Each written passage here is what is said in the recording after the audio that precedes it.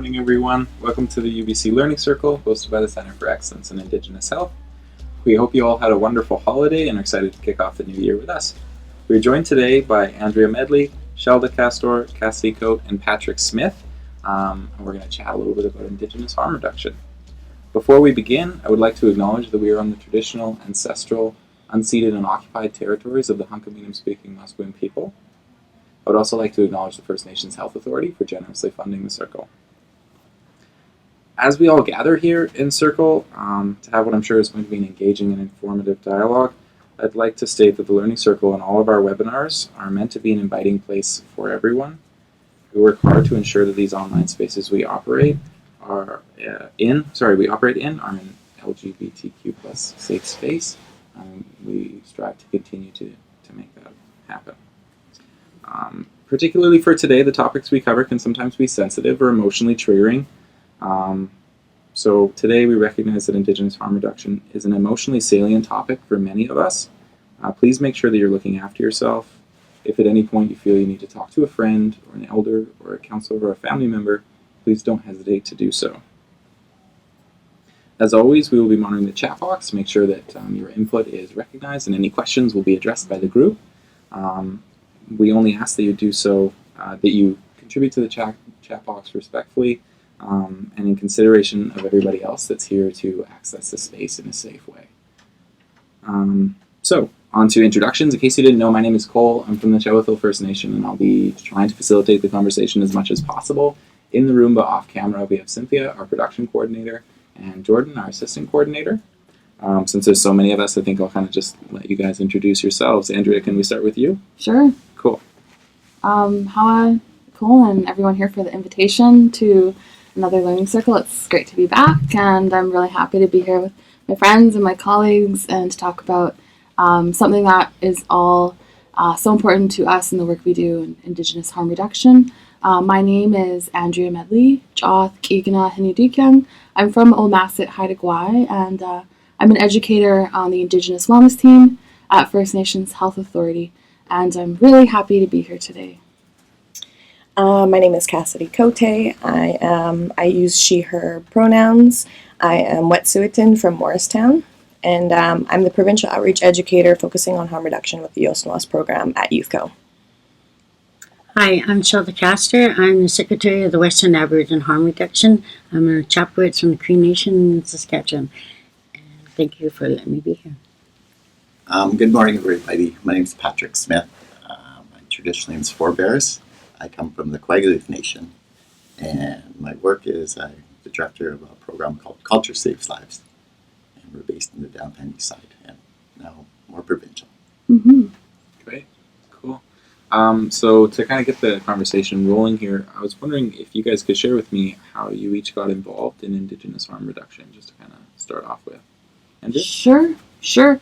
Yeah, and so I think it's important to know that this panel here today is really going to be generated from the questions that you ask, and we have prepared some questions that we can talk about. So yeah, to start off with, I'll tell you a little bit more about the work that I and my team have been doing. The Indigenous Wellness team at First Nations Health Authority is focused on working with communities to provide information and to learn from communities about work in harm reduction and healthy sexuality. Right now it's been mostly around harm reduction because of the health emergency that we're in.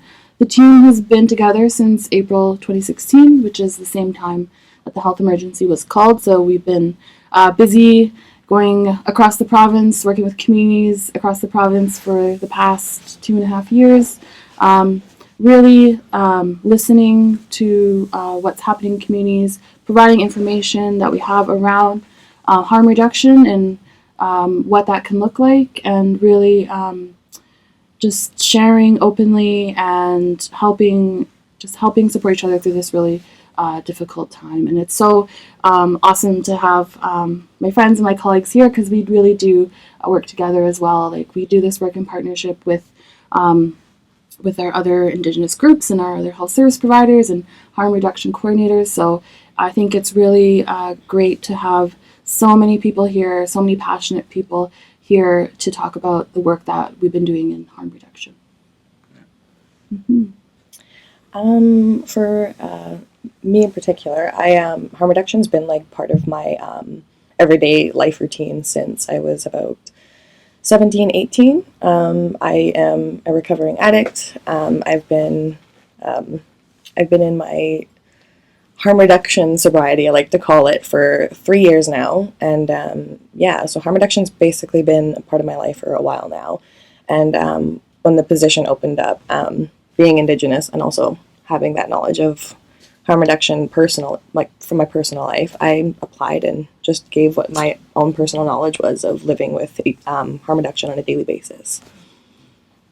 Yeah. So my job basically goes around and we promote harm reduction in like safer drug use, safer sex, supplies, tools. Yeah. Great. Thank you for sharing. With our group, I've been on the board for 11 years, and we don't promote drug use, even with harm reduction. But if you're going to use, please use safely.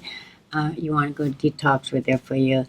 But a lot of people, like we did some research with Thomas Kerr from the BC Center Excellent, and a lot of people said in that research that they think of Wars and Vandu, which is the Vancouver area network of drug use, that just being around that place is their harm reduction, and I think it's really true. So. Me?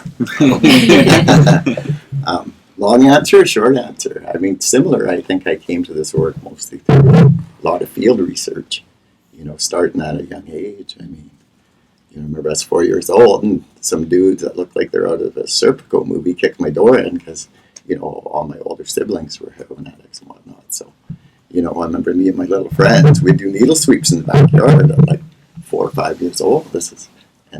We'd bring them into the police station. They'd give us money for them. I don't even think it was in the 70s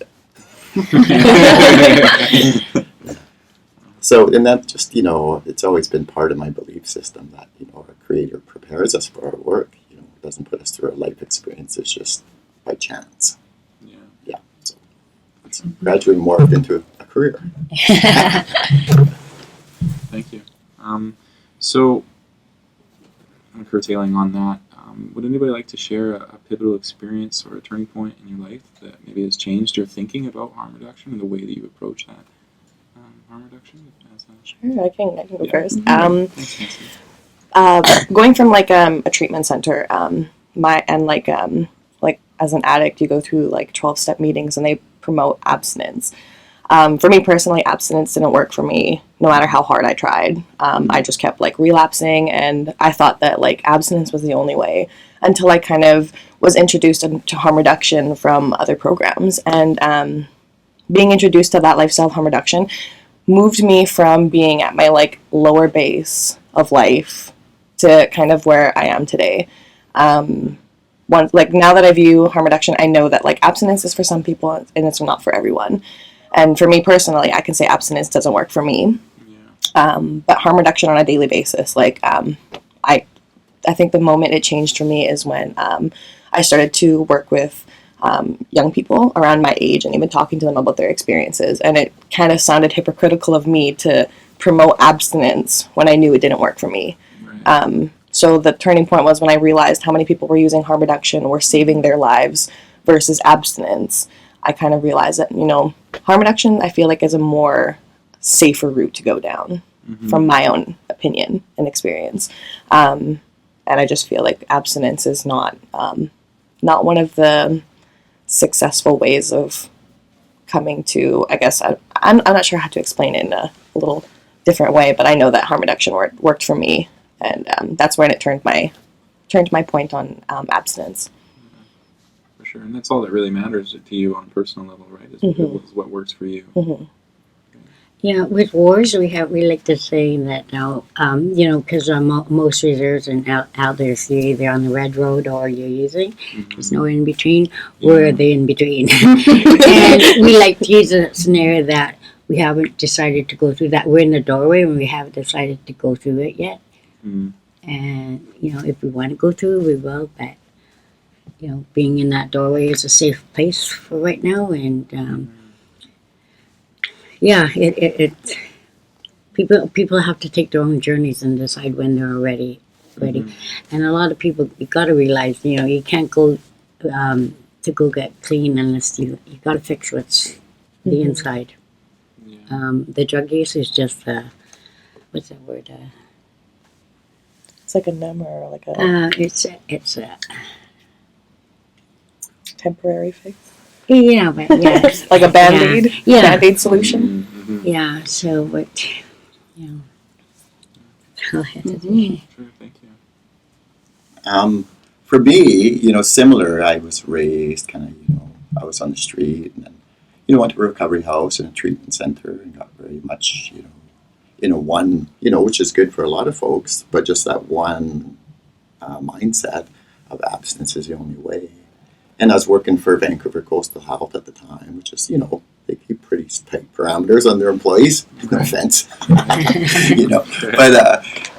But I've seen this elder, and he's missing an arm, and I've known him for a long time. And he used a lot of marijuana, and he's like, "Can you roll me some joints?" Oh, can I? You're supposed to be your support worker and of service. You're missing an arm. Of course I can. So I did. They weren't very good because they've been a while. They're much better now.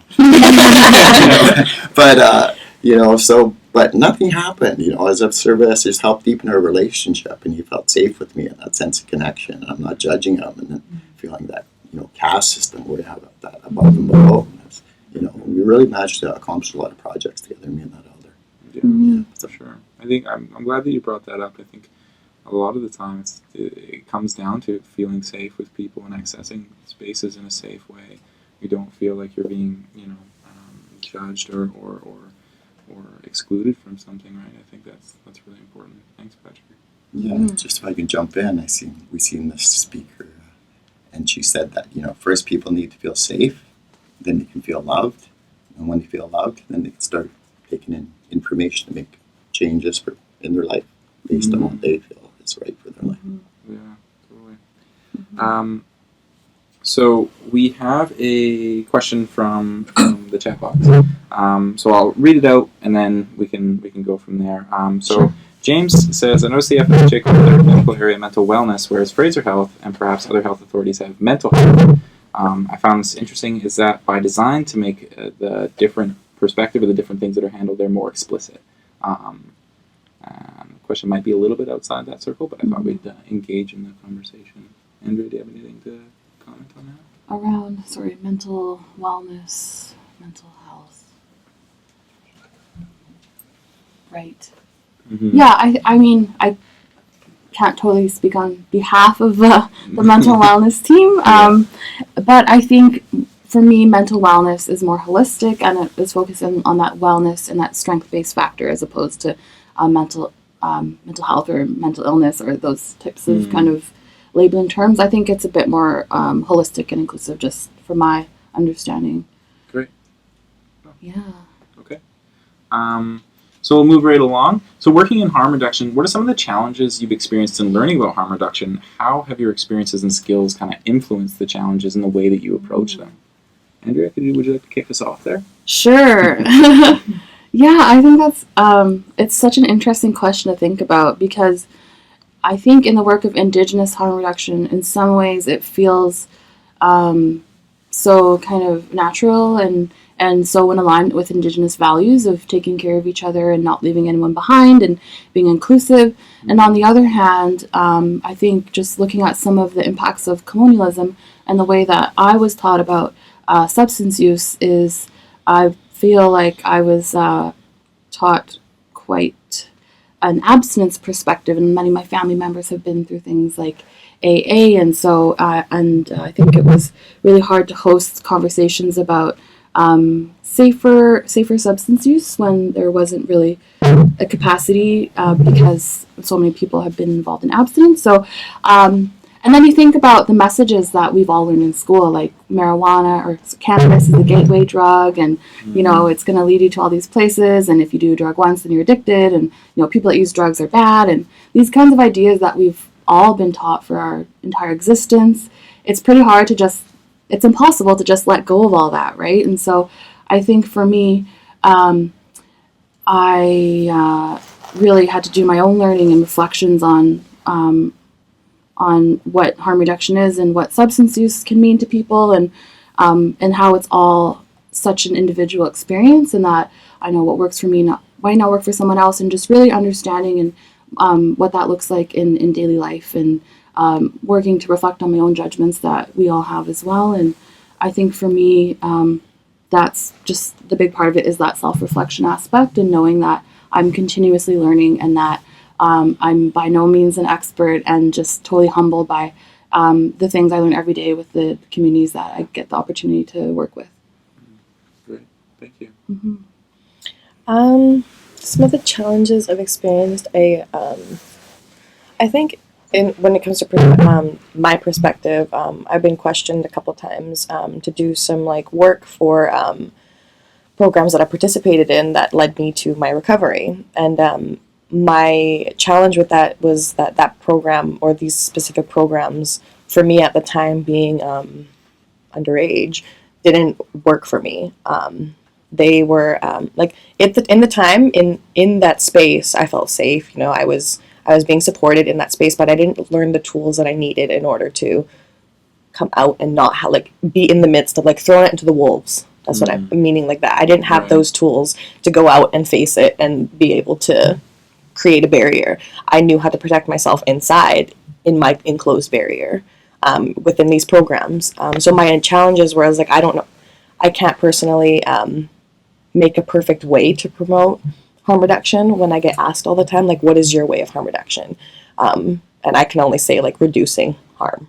Like, that's all I can say. But there's no perfect way to manage a harm reduced space. There's a few of them that I've seen lately that are adult spaces. They have room for young people as well, and those were harm reduction facilities. They don't promote using, but they allow them to be in the space, in a safe space. They allow them to use harm reduction supplies, and everyone in that specific space is safe, and that's one of the most harm reduction sites I've ever been to. It's an SRO, and I can only say from that, seeing that place is kind of where I feel like I would lean towards on the harm reduction scale. But then again, that's where I struggle with, is because I personally can't promote or fix a perfect set way of harm reduction for somebody. That was my challenge. So when somebody asked me, how can you help me live differently? How do I apply harm reduction to my life? And all I can say is, from my personal self, is reducing harm. I don't feel like I want to put a direct way of living out there and make it seem like that's the only way harm reduction is. It's different for everybody, so I kind of choose to just kind of sit back and only say what worked for me. But the challenge that I come into daily is how do you promote harm reduction for people that don't know what harm reduction is? Yeah, that's my challenge.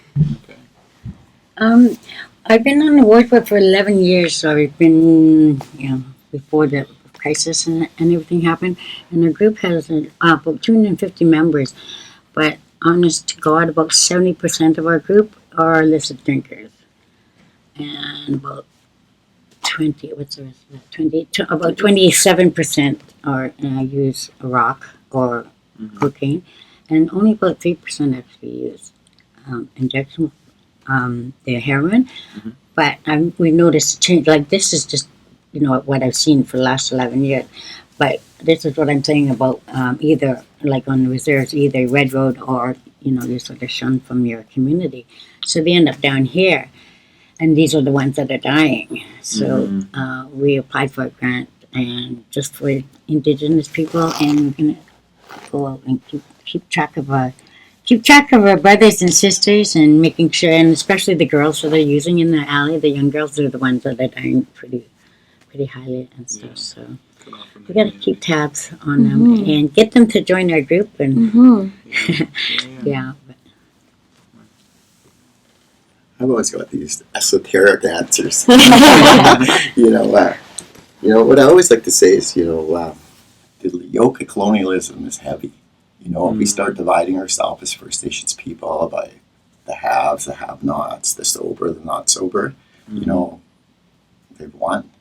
You know, it's when we start drawing on those commonalities that we have all as human beings through all four races, you know, on the strengths of each individual, unique race, you know, and work together as a human family that we can get somewhere. And these current power structures that we work in, and academia is one of them, you know, don't support that mindset really. So, but I find myself personally, if I'm running into challenges, they're internal challenges.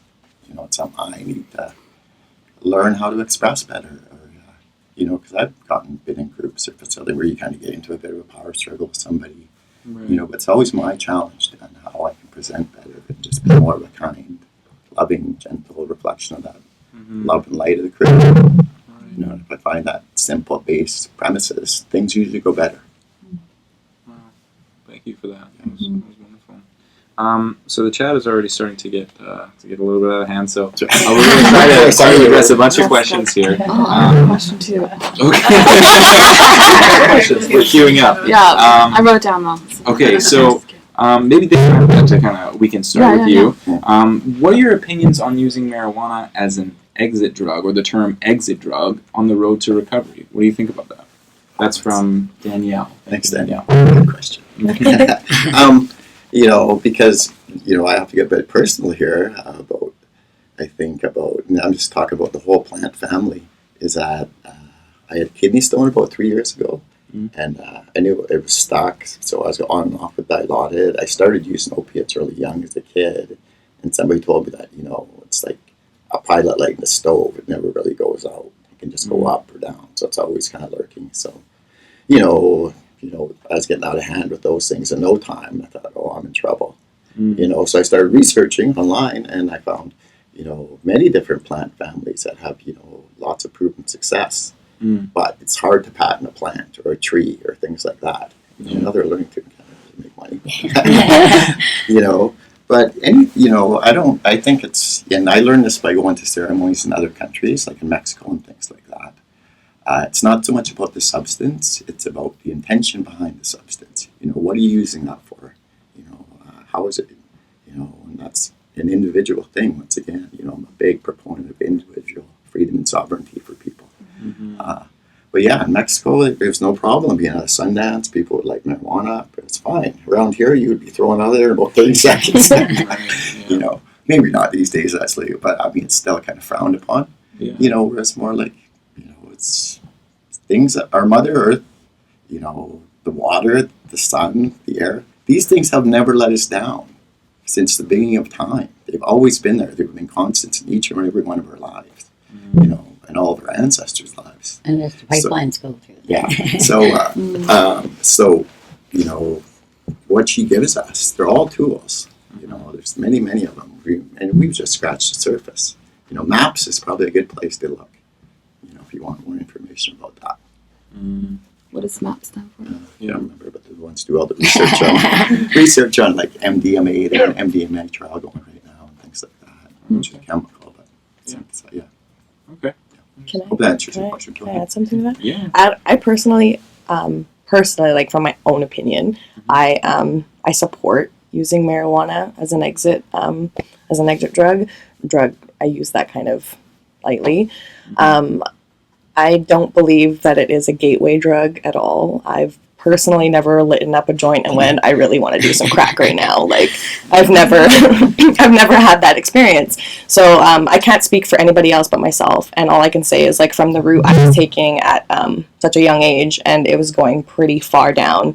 I ended up going through my abstinence phase, but then relapsing so many times that ended myself up in the hospital in like bad conditions.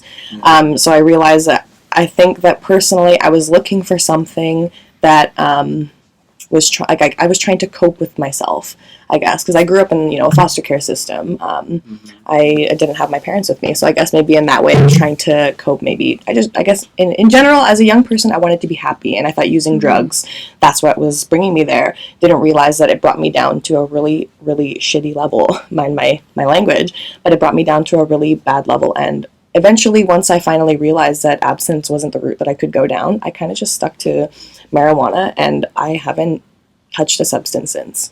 So for me personally, I can say that I advocate for it. it's worked Great for me. success for you, right? It worked for me, so I can speak for myself. But yeah, that's all I can say for it. I was going to say, we do a lot, Wars has done a lot of research with Thomas Kerr from the BC Center Excellent. And after our first major research, he was talking with Tracy Morrison. She was our president. She died. But she used to be a really bad or good alcoholic. I don't know which. But you know, her health, you know, everything, and being in the hospital all the time and hurting herself. She stopped drinking by starting to smoke crack, which was way better for her health. You know, she wasn't in the hospital every second week and stuff like that. So Thomas also went, oh my God, we got to do some research on this, on how. And for different people, like when you get cut off your meds from your doctor, you know, I'm sorry, smoking crack helps with the pain, or maybe it's just psychologically. But, you know, if they won't give you a med, you got to go to the street. And it's like, I personally don't smoke marijuana because I'll fall asleep 2 minutes later. So I have to be alert all the time. So. But, yeah. I think everything that you all shared really points to this greater idea too, that there's this drug hierarchy, that some drugs are okay and some are bad and some are hard and some are good, and mostly we're okay with the prescription ones, you know, if we, for a certain period of time, right, or depending on what they are. And so I think that everything that you shared really points to the fact that, you know, people have all different types of relationships with substances, and I think it's up to us as individuals to determine what the benefit is for us. Like, no one can come in and tell me that what I'm using is a problem for them, because it's up to me. So yeah, I just think that everything was just really, really supported that there is this drug hierarchy is just a thing that we made up, and I think also in the opioid crisis, opioids have become super stigmatized and like a dirty word, and you know, there's so much fear around opioid use.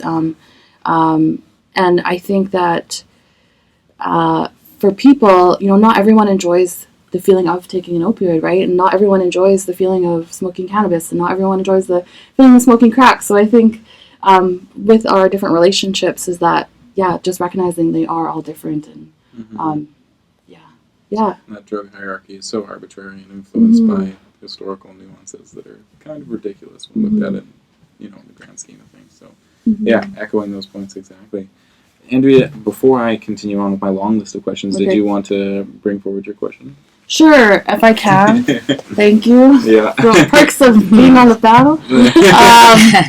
Yeah, so I just, you know, really recognizing the amazing work that Cassidy at the Yosnuas Indigenous team at the Youth Co-HIV Hep C Society does in working with all young people across the province, and everyone on your board and the organization is under 29, and so I know in the work that our team does in our travels, there's always concern about young people, and especially in this crisis. I think, Shelda, in your amazing work as a board member and secretary at the Western Aboriginal Harm Reduction Society, there's often as well concerns from community members about downtown East Side and lack of understanding about the true community that exists there. And I think that's just such important work to share, that, you know, there is a community of people that are doing amazing work and really supporting and loving and caring about each other, and to be here to share that messaging. With Patrick and the work of combining the work of culture and harm reduction, and everything you do is so great. And so all that to say is we're all peers here in some capacity. So my question is, so what does peer involvement look like in the work that you do, and how can we make sure that we do that work in a good way? Okay, I'll start. Peer involvement. So when we go out and we do like our workshops, not only do we express that we are peers and not professors. Can I read that question again? Sure. Sorry. Just long. Peer involvement. Oh yeah. Okay. So I specifically work with youth, and more so over Indigenous youth. so peer involvement, when I do my workshops, I involve them in that. I ask them questions. I talk to them. I communicate with them throughout my workshops. It's not just like me say and them sit down and be quiet. It's like I'm speaking and asking questions and getting input from different young people, and it's in general engaging with young people on the topic of harm reduction or even sexual well-being. I feel like that's my peer involvement, is just making sure I get their input inside my workshops. Awesome.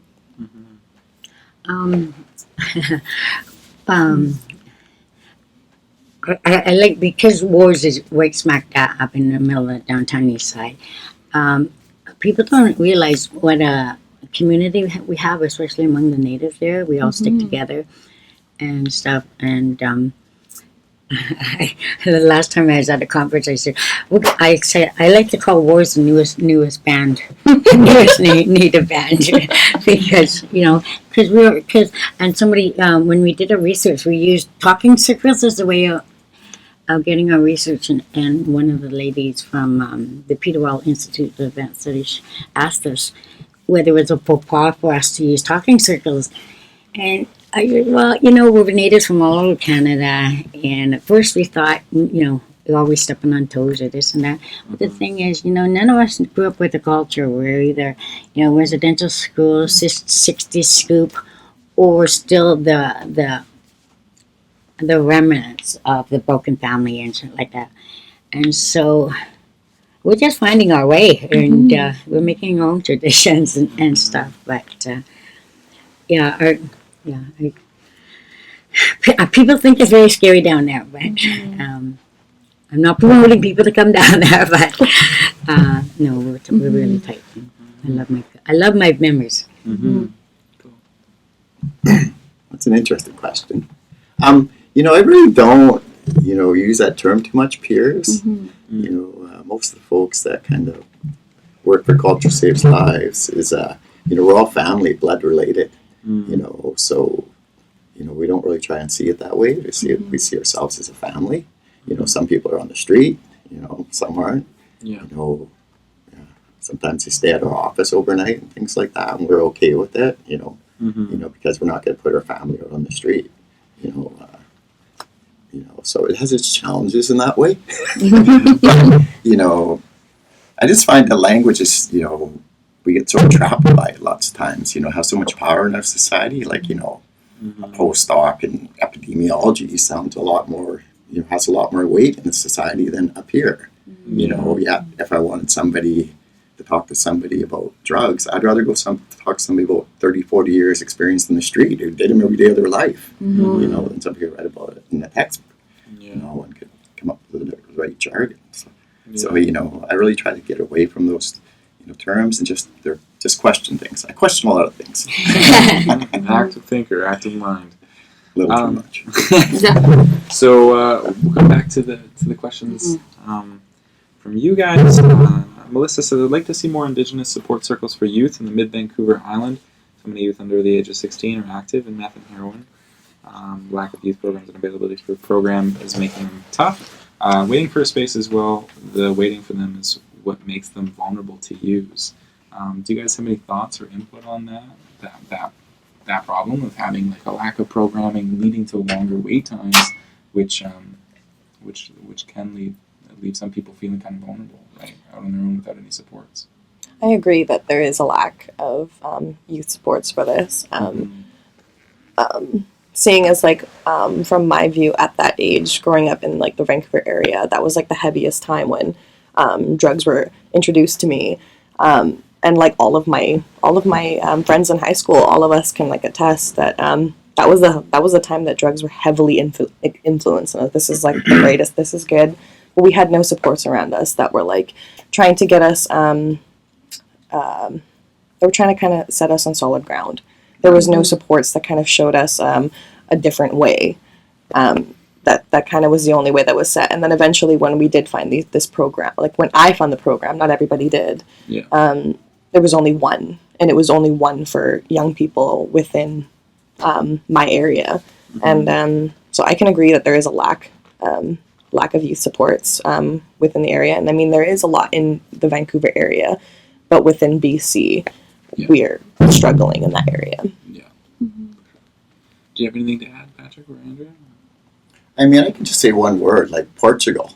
You know, once they, you know, decrimmed and stopped putting all their resources into policing, you know, this crisis, because they had some pretty atrocious stats at one time.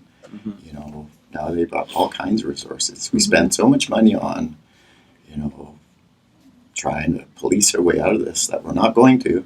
You know, we just have to look at our history of what prohibition does. It just makes a whole lot of people a lot of money, but you know, and a lot of people on the street suffering as a result. We've already gone through this once, so you know, I don't know why we have to go through it again.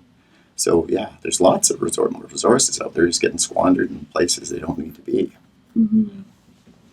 I think one thing I want to add from, like, I've learned from a former colleague listening to a workshop I think that I like attended with you before, was that, like, especially when it comes to the lack of supports, a lot of the time people are like, okay, maybe we'll just remove, we'll get rid of the drug dealers, we'll get rid of the supply.